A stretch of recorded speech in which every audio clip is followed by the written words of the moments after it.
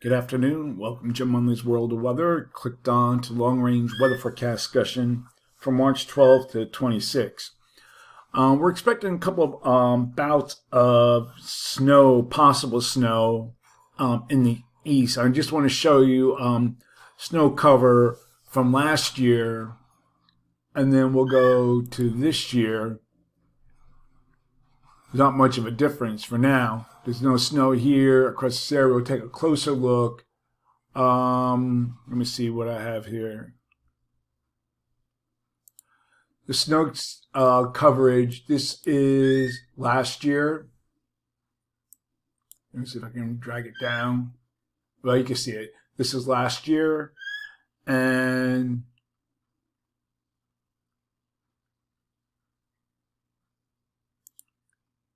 let me see if I have, that was last year. And last year, there's not much difference. You can see it here. This is from this Global Snow Lab from Rutgers. And doesn't show much of a difference, but we really haven't had much snow here across the Mid-Atlantic and other parts of the country. But there is a chance of snow coming up, and I'll explain that. We're going to look at the period now first for March 12th to the 16th. And we have mainly a zone of flow across the country. We still have our positive height anomalies across the high latitudes. They're starting to separate again here, so less blocking.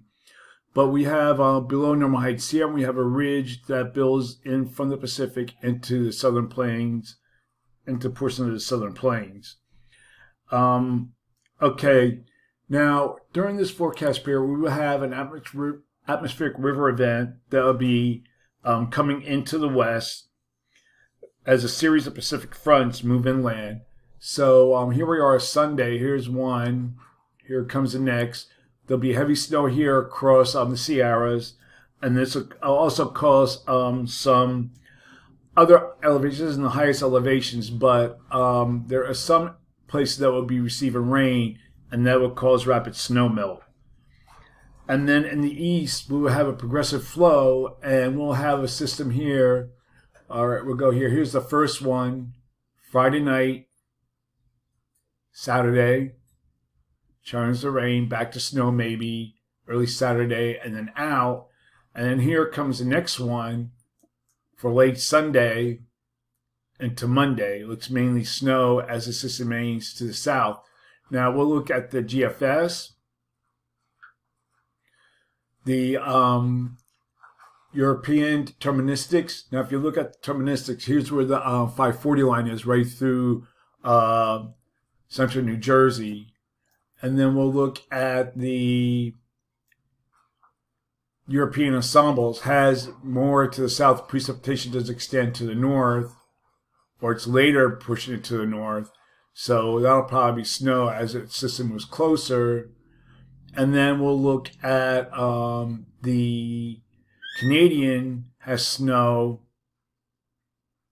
and possibly heavy rain across parts of there that just has snow, washes all the way as the storm center is closer to the coast and is inside the 40-degree north, 7 degrees west, as the other ones are further south. And then we'll take a look at the NavJim. The Friesel line goes to more to the north across southern New York State into Pennsylvania. And then on the first event, this would be for Friday night to Saturday, the NavJim has snow as the 540 line remains to the south as the low pressure system remains to the south. But here's the 40 degrees west, 40 degrees north, 7 degrees west mark. It's right about here where my pointer is. This is where it has to be to get a heavy snowfall. But we have high pressure here to the north, and we'll take a look at the other models. The high isn't really there.